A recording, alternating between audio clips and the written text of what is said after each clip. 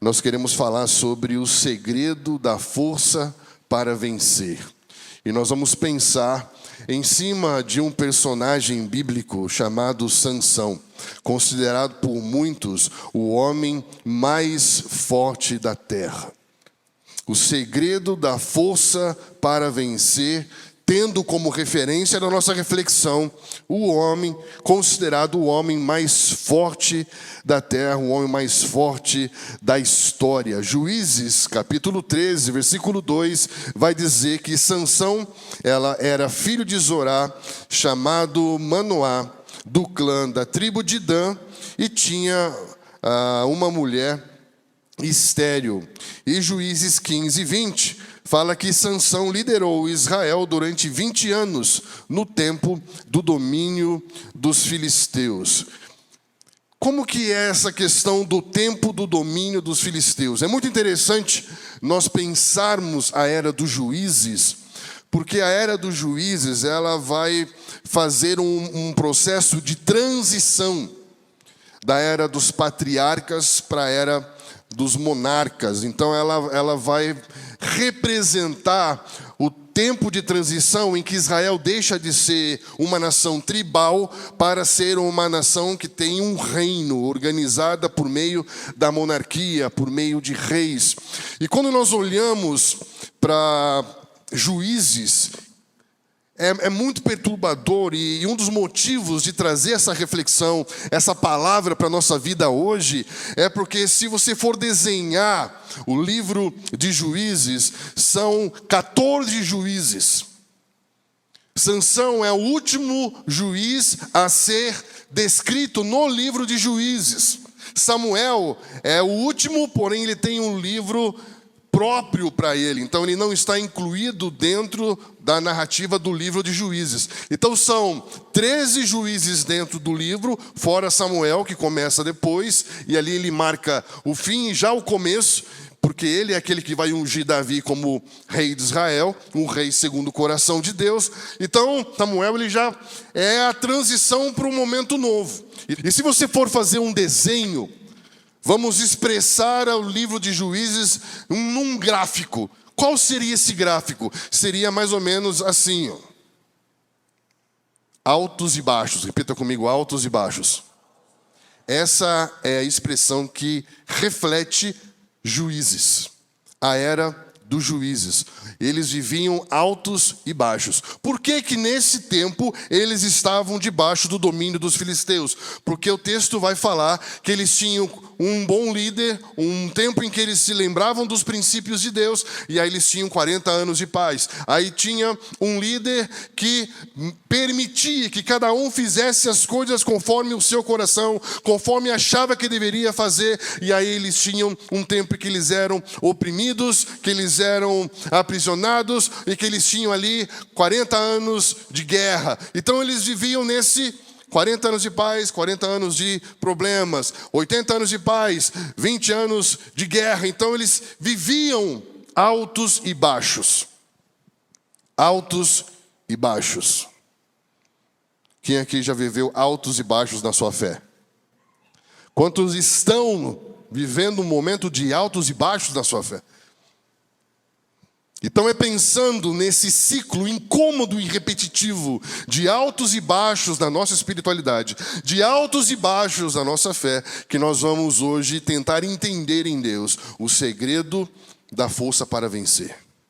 Como superar, quebrar, romper esse ciclo de altos e baixos na nossa vida e na nossa espiritualidade. Resposta: encontrando o segredo da força para vencer. Como que nós vamos encontrar o segredo da força para vencer? Quando você vai pensar em Sansão, o segredo da força de Sansão estava onde? Sansão achava, e ele chegou a acreditar, que o segredo da sua força estava onde? Então ele pensava que se ele contasse como cortar o cabelo, ele perdia a força, porque ele acreditou que a sua força estava nos seus. Só que na verdade, a sua força não estava nos seus cabelos.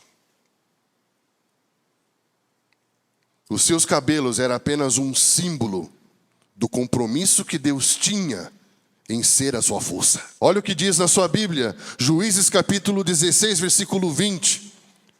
No momento em que ele conta o que ele achava que era o seu segredo.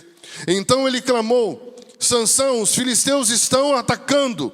E ele acordou do sono e pensou: sairei como antes e me livrarei. Mas não sabia que o Senhor o tinha deixado.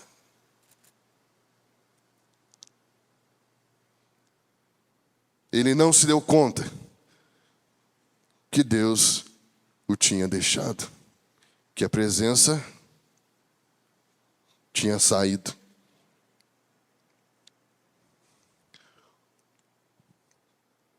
Qual era o segredo da sua força? A presença de Deus. Sabe qual é o problema?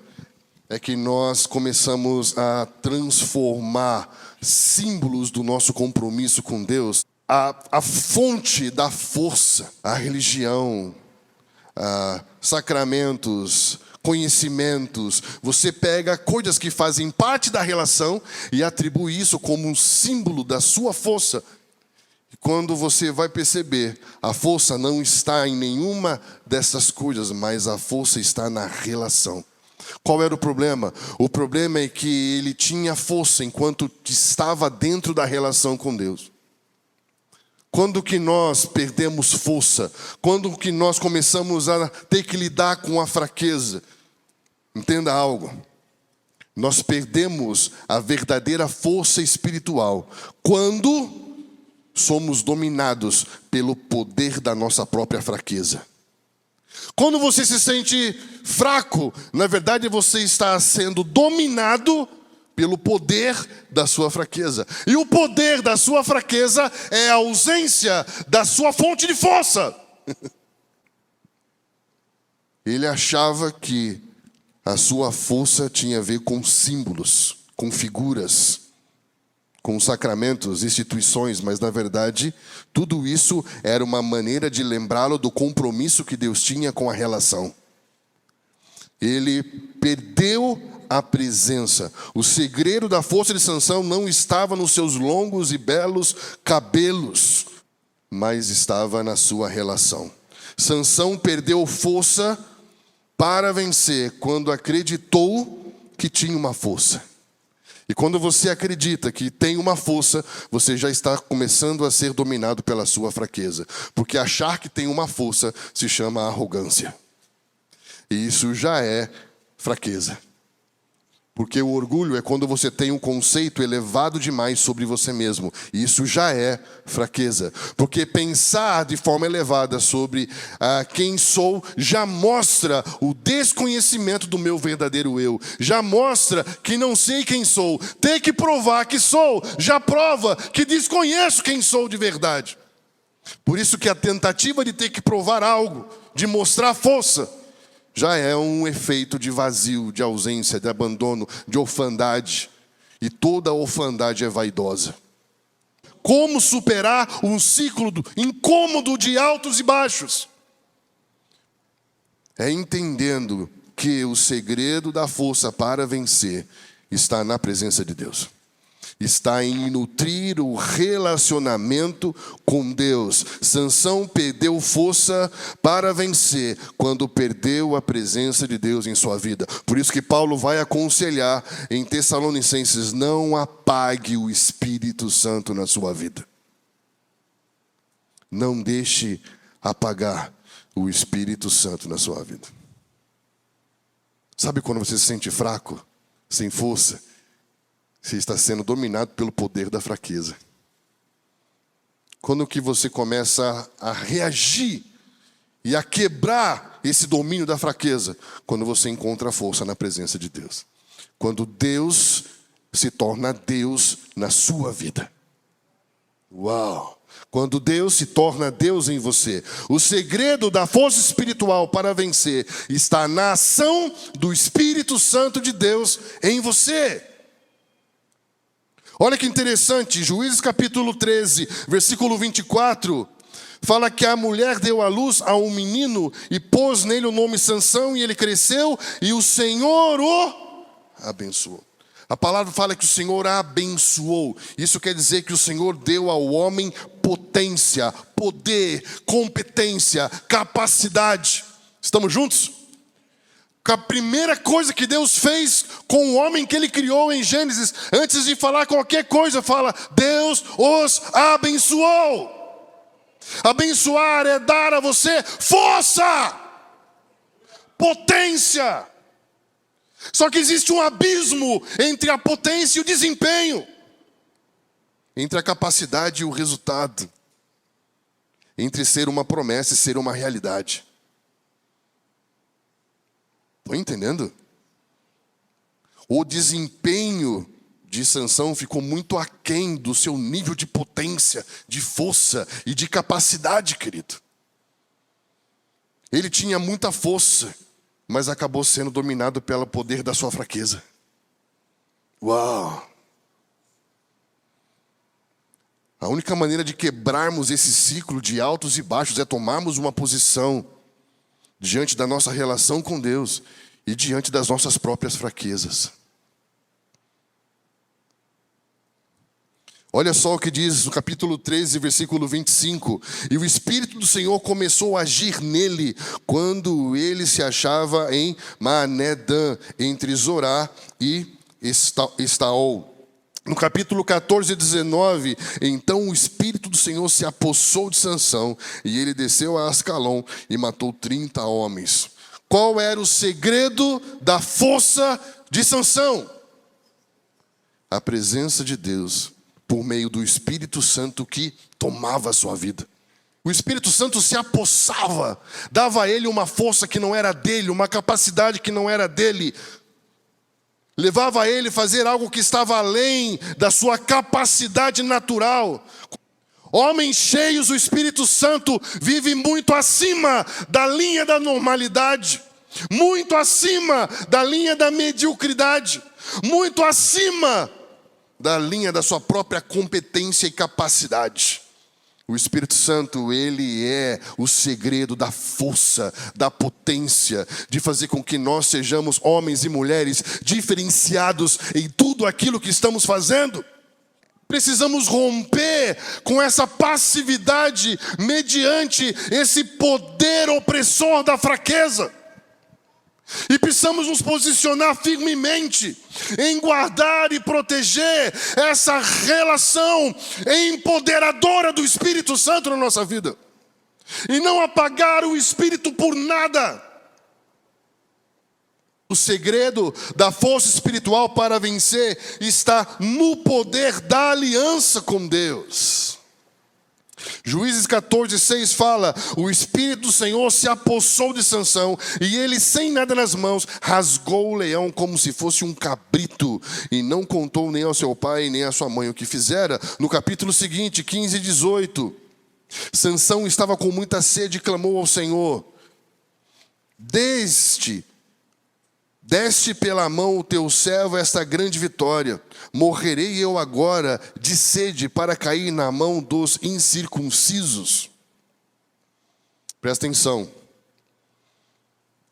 Quando Sansão olha para os filisteus e chama eles de incircuncisos, o que ele está dizendo? Que eles não têm o quê? Uma aliança. Deus escreveu a sua história por meio dos homens com os quais ele tinha uma aliança. Ele tinha uma aliança com Adão, chamada aliança da criação, aliança da redenção. Depois ele continua escrevendo a história por meio de um homem chamado Noé, com o qual ele tem uma aliança, inclusive em quem aparece pela primeira vez a palavra aliança. Depois ele continua escrevendo a história através de Abraão, com quem ele tem uma aliança, e ele renova essa aliança com Isaac, e renova essa aliança com Jacó, e cumpre essa aliança com José, e chama Moisés para, por meio de uma aliança, continuar escrevendo a história. Deus escreve a história através de homens com os quais ele tem uma relação de aliança. Uma aliança, uma relação de amor total. Porque nas relações de amor de Deus não há metades. Estamos juntos? Então, quando ele olha para o cenário e chama os filisteus de incircunciso, o que ele está dizendo? Ele sabe naquele momento que o segredo da força para vencer não está nos seus cabelos, mas está no poder da aliança. Essa situação que ele viveu com o leão é muito parecida com a situação que Davi viveu também com o urso. Lembram disso? Isso está lá em 1 Samuel 17:36, diz assim: teu servo pode matar um leão e um urso, esse filisteu incircunciso será como um deles, pois desafiou o Senhor dos exércitos, Deus vivo. O Senhor me livrou das garras do leão e das garras do urso, me livrará das mãos desse filisteu.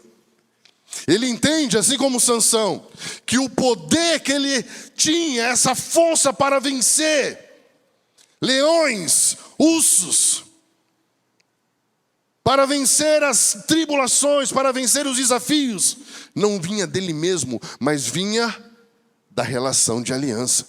Pensa comigo, isso é muito comum, principalmente no momento em que nós estamos em eleições, em política. Por quê? Alianças políticas, já ouviu esse termo já ou não? É quando o mais fraco faz uma aliança com o mais forte para que ele possa ganhar a força do mais forte. Uau! Isso é aliança. Quando Deus faz uma aliança com um homem, o mais fraco ganha a força do mais forte.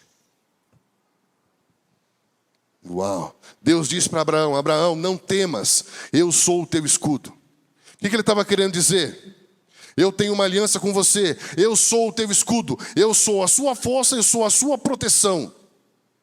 Para alguém tocar em Abraão, tinha que passar por quem? Por Deus. Você já viu alguém passar por Deus? Vocês estão entendendo o poder da aliança? Estão entendendo que muitas vezes nós estamos sendo dominados por esse ciclo de fraqueza, sendo que nós poderíamos estar vivendo e desfrutando desse ambiente de viver uma relação de aliança com Deus, porque o segredo da força para vencer estava na presença de Deus, na atuação do Espírito Santo, por causa da aliança que ele tinha com Deus. Não tem a ver com seus cabelos, tem a ver com a relação que ele tinha com Deus. E por que eu estou falando de aliança? Porque não está falando de uma relação informal, está falando de uma relação pactual, que compromete totalmente a vida. Estamos juntos? A verdadeira força espiritual para vencer, ela nasce do reconhecimento da fraqueza. Juízes 13, versículo 3, fala que certo dia o anjo do Senhor apareceu à mãe dele e disse: você é estéril, não tem filhos, mas engravidará e dará à luz um filho. Então o que nós vemos aqui? Repita comigo: Deus é força. Deus está comprometido em me fazer forte. Eu gosto de um texto de Crônicas maravilhoso que fala que os olhos do Senhor passam por toda a terra, procurando a quem mostrar-se forte, procurando a quem mostrar sua força, aqueles cujo coração é totalmente dele. Estão entendendo? Aliança, uma relação total de amor. Você tem duas opções: ou você continua em auto-engano, se deixando ser dominado pela sua fraqueza, ou você entende que a verdadeira força espiritual nasce do reconhecimento da sua fraqueza e da renovação dessa aliança. Estamos juntos? Quando que nós começamos a encontrar força? Quando começamos a reconhecer a nossa fraqueza. Olha o que diz esse texto. Ele fala que a sua mãe era estéril. O que é estéril? Ela não podia ter filhos. Olha que lindo isso. Sansão nasce da incapacidade da sua mãe de gerar. Então ele é um milagre. Isso é lindo. Muito parecido com o que aconteceu com outros dois nazireus da história bíblica. Como Samuel. Samuel foi totalmente dedicado ao Senhor como um nazireu. E ele nasceu também da esterilidade de Ana. E no Novo Testamento tem João Batista, que é um homem totalmente consagrado ao Senhor como nazireu, que nasceu da esterilidade de Isabel. Para que Deus possa ser tua força, para que Deus possa te fazer forte, você precisa entender que toda a força de Deus, ela atua a partir do reconhecimento da sua fraqueza. Por que Abraão, Isaac e Jacó se casaram com mulheres que não podiam ter filhos? Porque o que nasceu deles é um povo que Deus ia chamar de meu. E o que Deus chama de meu não pode ser fruto da força do homem, mas só do milagre do próprio Deus. Quando que Deus se faz forte? Quando Ele pode chamar você de meu. Estão entendendo? Quando somos dele, Ele é o nosso Deus. E quando Ele é o nosso Deus, Ele é a nossa força. Ele nos faz forte. Nós não podemos ficar cambaleando entre pensamentos, entre ideias, entre ideologias. Nós precisamos ser inteiros nessa relação com Deus.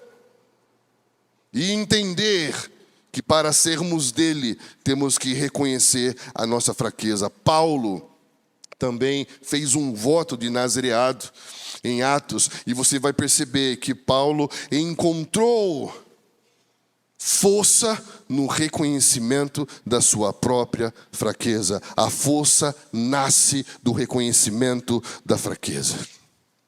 Estamos juntos? Quando reconhecemos as nossas limitações, começa a atuar o poder de Deus.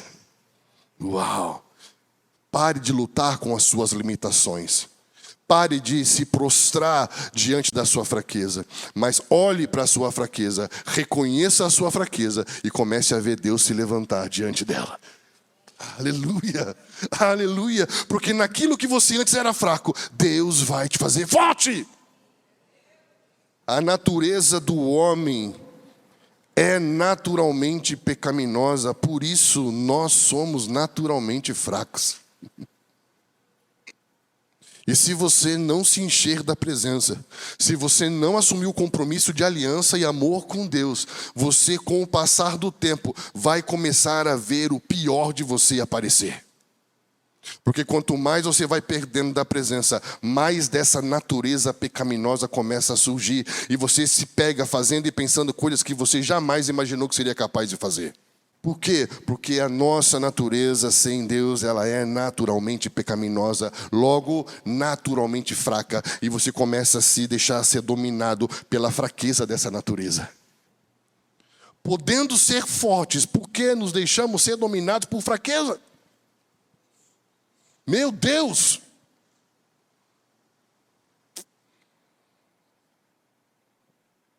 A natureza do homem precisa ser regenerada em Cristo Jesus. Precisamos encontrar força em Cristo Jesus. Sansão era um homem que tinha a presença de Deus, mas essa natureza lasciva, temperamental, violenta, vingativa, começou a torná-lo um homem fraco, um homem tolo, apesar de toda a força que Deus deu a ele. Apesar de toda a força que Deus deu a ele, ele ainda começou a se deixar ser dominado pelo poder das suas fraquezas. A verdadeira força espiritual para vencer, ela tem seus limites. Quando Deus se relaciona conosco e quando Deus firma uma aliança conosco, Deus estabelece limites. Quando Deus criou um jardim para que o homem pudesse viver essa relação com Deus, a palavra Éden ali significa prazer, delícias. Então o homem foi colocado num lugar em que ele desfrutava de todas as coisas para a glória de Deus. Só que Deus colocou um limite. Repita comigo, limite. Esse limite se chamava árvore do conhecimento do bem e do mal, porque quem ama põe limites. Limites ao quê? Limites ao próprio desejo que Deus colocou dentro do homem. Deus colocou anseios dentro do homem. O anseio de ser amado, o anseio de ser grande, o anseio de ser aceito, o anseio de felicidade. Deus colocou anseios dentro do homem e colocou o homem dentro de um lugar seguro, na presença de Deus, onde ele era suprido em Deus, em seus anseios. De repente vem a serpente e propõe quebrar os limites. Quando você quebra os limites estabelecidos para o seu desejo, você entra na corrupção do desejo, que se chama cobiça. Repita comigo, cobiça. Cobiça é desejar sem limites. Dos mandamentos que Deus dá a Moisés, muitos deles são contra a cobiça. É você não conseguir dominar o seu próprio desejo. É você estar em conflito com os seus próprios anseios. É o homem, ao invés de governar, ser dominado pela sua própria paixão, pelos seus próprios impulsos, pelos seus próprios desejos.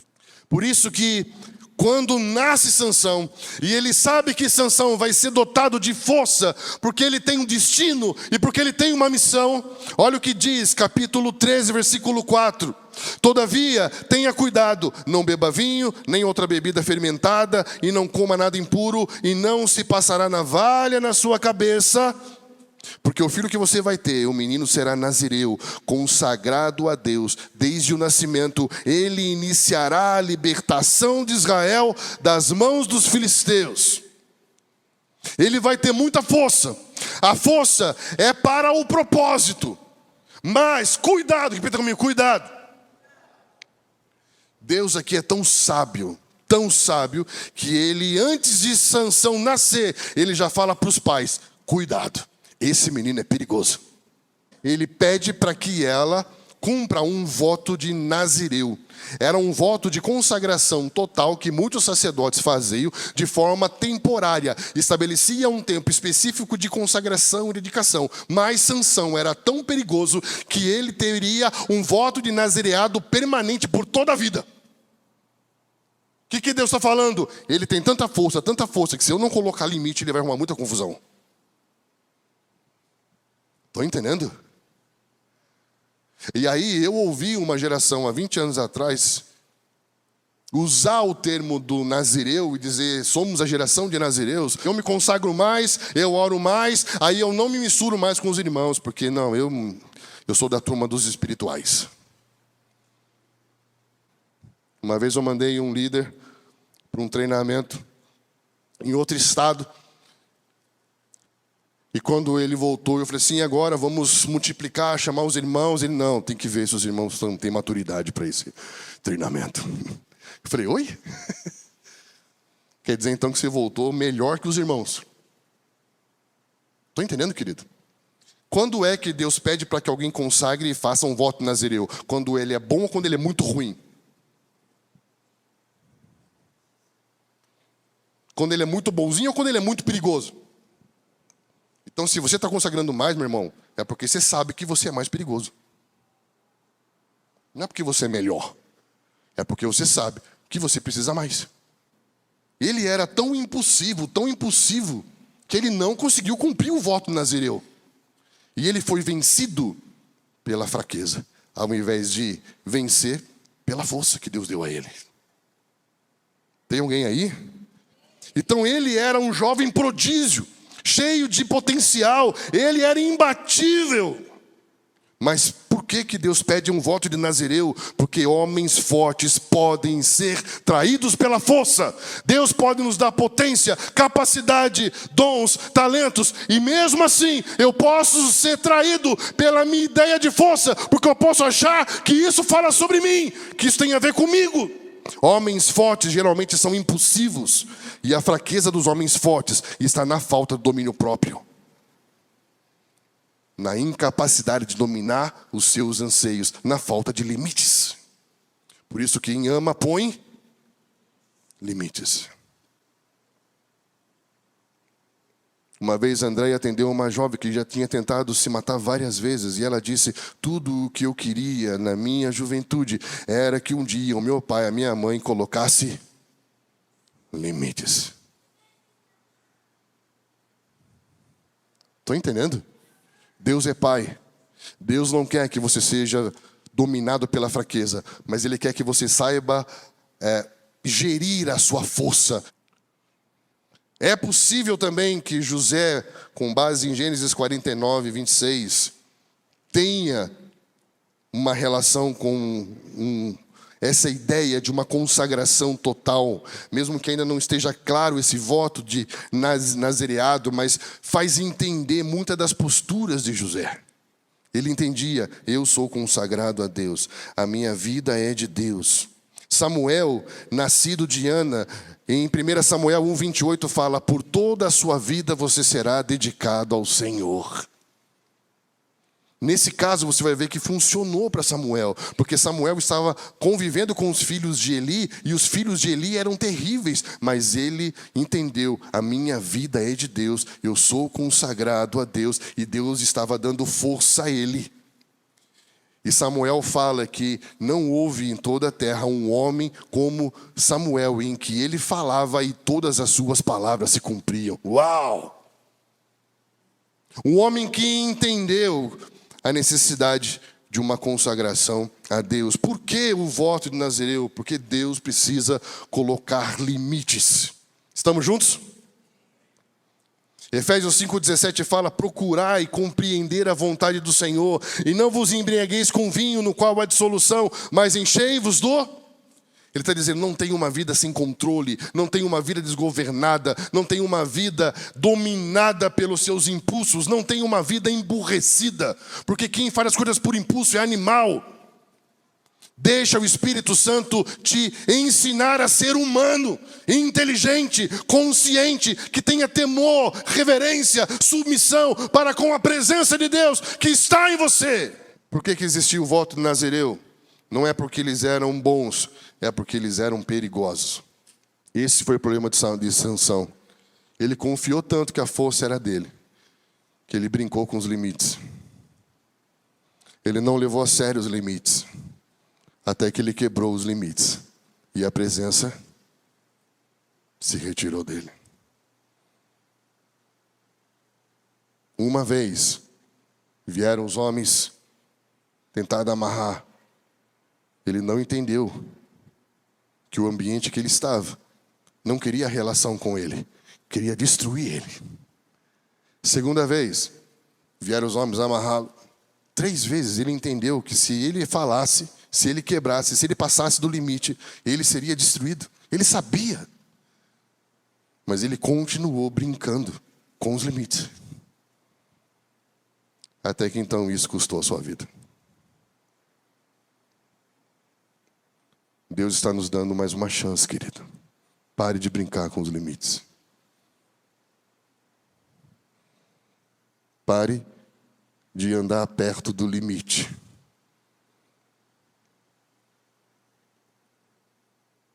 Porque uma hora você pode passar dele. E se você passar do limite, isso pode ser fatal. Queria deixar aqui uma palavra para os pais. Como criar filhos fortes para se tornarem pessoas fortes? Juízes 13:8 fala: então Manoá orou ao Senhor: Senhor, eu te imploro que o homem de Deus que enviaste volte para nos instruir sobre como fazer esse menino nascer, como criar esse menino. E aí então o texto fala que esse anjo do Senhor voltou. E ele perguntou no versículo 12: como devemos criar o menino? O que ele deverá fazer? O anjo do Senhor respondeu: sua mulher terá que seguir tudo o que eu ordenei. Ela não poderá comer nem o fruto da videira, nem vinho e bebida fermentada, nem comer nada impuro. Terá que obedecer tudo o que eu ordenei a você. Ou seja, estabelece os limites, como eu instruí, que vai dar tudo certo. Pais, como criar filhos fortes, que se tornem pessoas fortes. Olha só o que esses pais fizeram. Primeira coisa que eles fizeram depois que o anjo falou com eles: os pais levantaram um altar. levantaram um altar. Primeira dica: pais devem manter aceso o altar da devoção a Deus em casa. Ore pelos seus filhos. Não tem como você criar filhos que nem o mundo cria e esperar que eles se tornem homens de Deus. E esperar que eles sejam fortes. Depois, o que eles fizeram? Eles desenvolvem uma fé contagiante a partir da experiência pessoal com Jesus. Eles perguntam: qual o seu nome? Isso é sensacional. E eles falam: eles não sabiam. Ele fala: o meu nome está além do seu entendimento. Porque não era o anjo qualquer. Eles estavam falando com o Filho de Deus. Porque ali fala várias vezes que era o anjo do Senhor. E é muito provável que quando esse termo aconteça, eles estivessem tendo uma experiência pessoal com o Filho de Deus. Uau! Uau! Como que nós vamos criar filhos fortes? É quando nós começamos a desenvolver uma fé contagiante a partir de uma experiência pessoal com Jesus. Ao invés de manter apenas uma fé entediante e incoerente baseada em religião. Terceiro conselho: consciência de temor do Senhor. Quando o anjo do Senhor, olha que louco, eles levantaram o altar. Quando o fogo do altar levantou, o anjo do Senhor entrou no meio do fogo e subiu. Uau! Quando eles viram aquilo, o pai disse: nós vamos morrer, acabou. O que a gente viu aqui é muito glorioso. E a mãe fala: não, se fôssemos morrer, Deus não teria mostrado tudo que mostrou para nós. Então a mãe vem, acalma, coloca as coisas em ordem. Mas eles têm consciência da presença de Deus, da seriedade do que é criar filhos, querido. O problema de Sansão é que Deus chamou ele para ser um libertador de Deus, mas ele não soube encontrar a verdadeira liberdade. Para você ser um libertador, você precisa entender o que é a liberdade. A liberdade não tem a ver com você fazer o que você quer. Olha só o que a Bíblia diz, 1 Coríntios 10, 23. Todas as coisas são lícitas, mas nem todas convêm. Todas são lícitas, mas nem todas... Parou aí? Não. Olha o segredo da liberdade. Ninguém busca o seu próprio interesse, mas sim o do outro.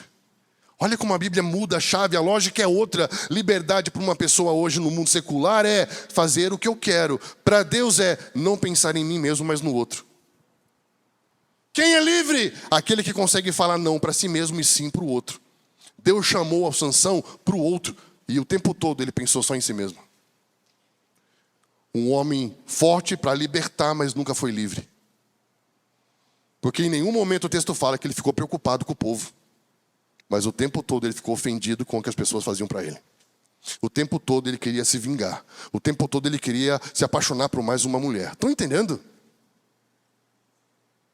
Ele nunca foi livre. Porque ele nunca foi capaz de dizer não para ele e sim para o outro. Olha o que diz a sua Bíblia, Gálatas 5:13. Porque vós, irmãos, fostes chamados à liberdade, mas não useis a liberdade para dar ocasião à carne. Parou aí? Não. Sede antes servos uns dos outros em amor. O que tem a ver liberdade com servir o outro em amor? É entre os irmãos, servindo uns aos outros, que nós somos verdadeiramente livres. Esse é um dos problemas que eu vejo na vida de Sansão. Sansão era um homem muito solitário. A verdadeira força espiritual para vencer glorifica unicamente Deus.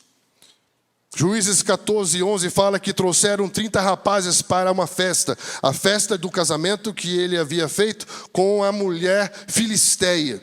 E aí ele vai propor um enigma.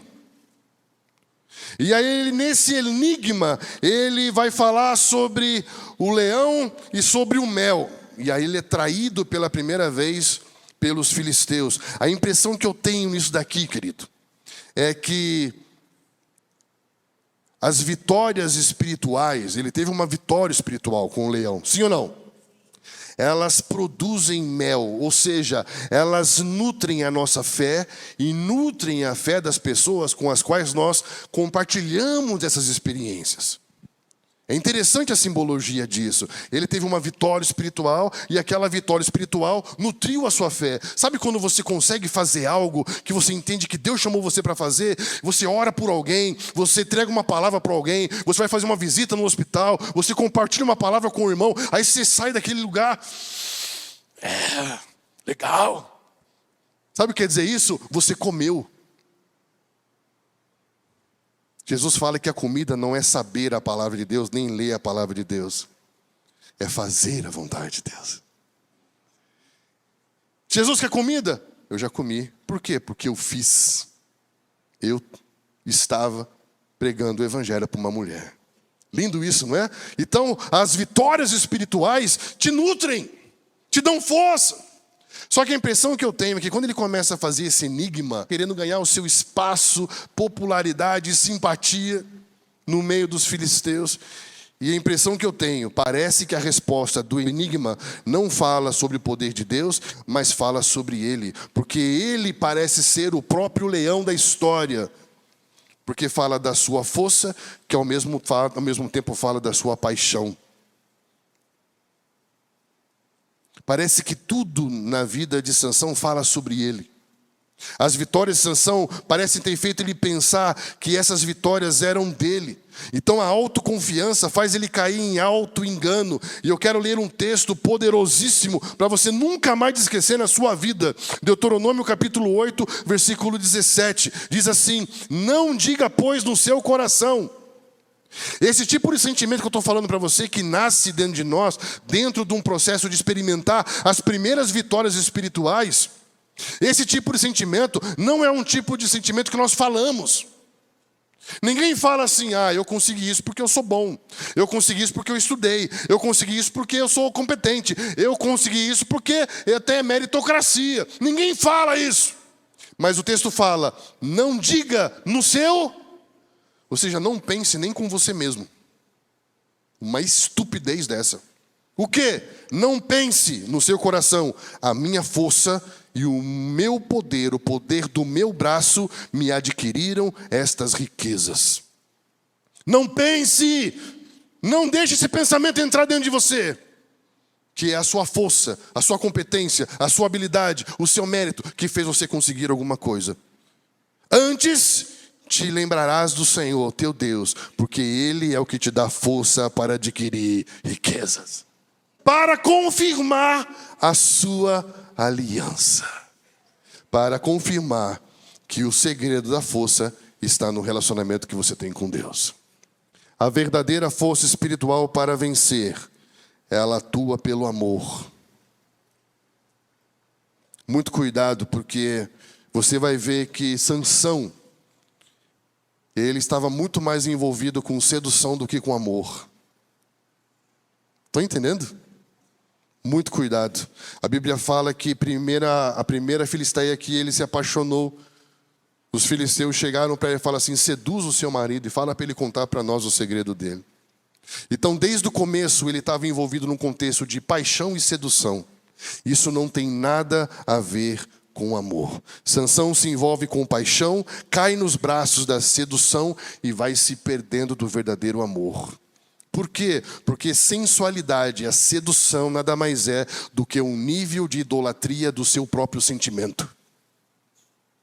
Eu coloco satisfazer o meu sentimento como o sentido da minha vida. Então eu começo a andar pelo mundo em busca de uma maneira de satisfazer meus sentimentos. Quem é o meu Deus? Quem está regindo as minhas decisões e as minhas escolhas? Estão entendendo?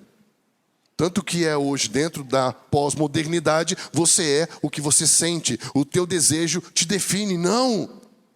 É a relação com Deus que te define. Estamos juntos? Isso faz sentido para você?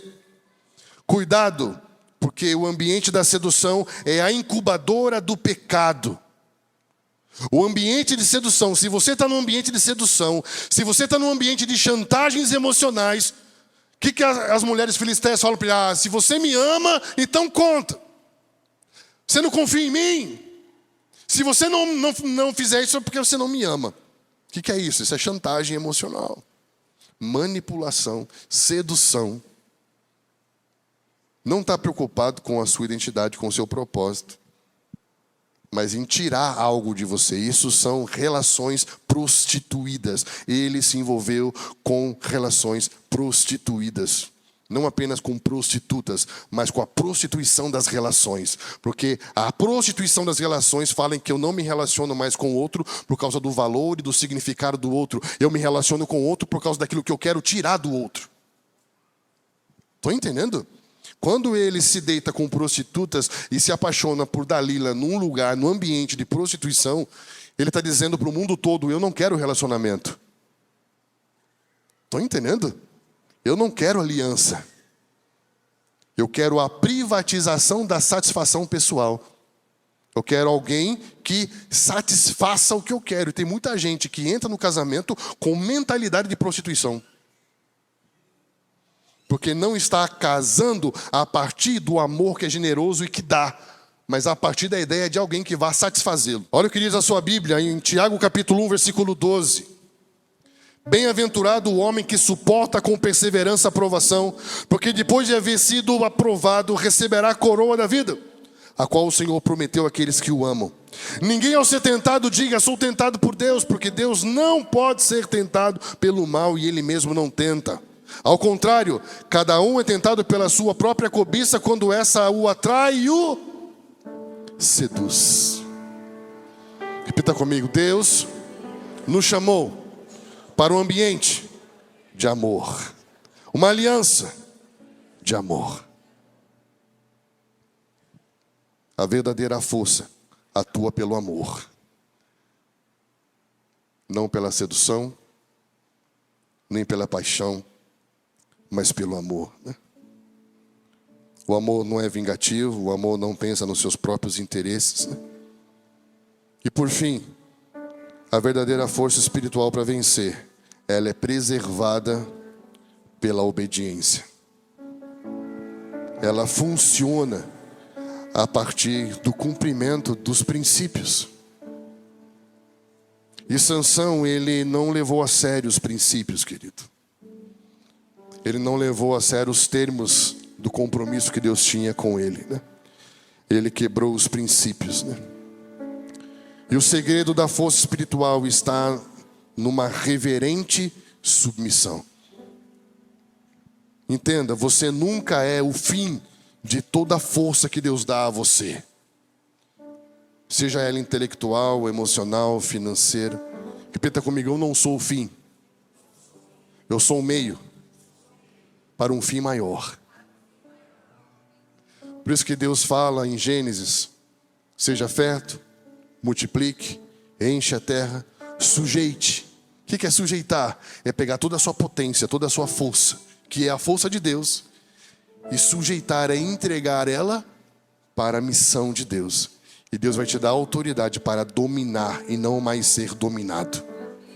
Quando que eu vou sair do ciclo de instabilidade e ser dominado pelo poder da fraqueza? Quando que eu vou quebrar isso? Quando você entender que a força vem de Deus, entender que a força é de Deus, que a força não é para você, mas para o propósito e para a missão de Deus. Então eu vou pegar a minha força e eu vou sujeitar.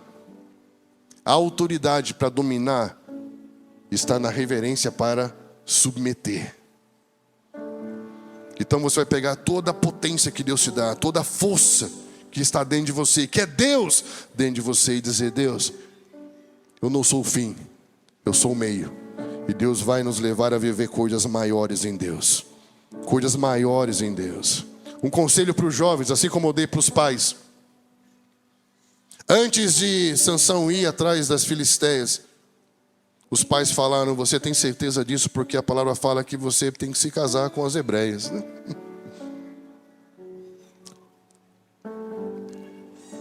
O único mandamento com promessa em que faz com que homens vivam mais na terra é honrar os pais.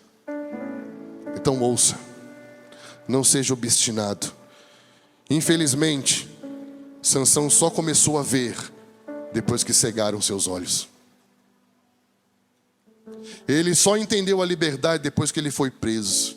Ele só entendeu a sua vocação depois que ele estava girando no moinho como um animal. Estão entendendo? Ele só entendeu o sentido de tudo que Deus tinha dado a ele depois que ele tinha perdido tudo. E ao invés de viver uma vida poderosa, ele teve que perder a vida para que num último ato, num último suspiro, ele ainda tivesse a chance de fazer algo pelo propósito de Deus na vida dele.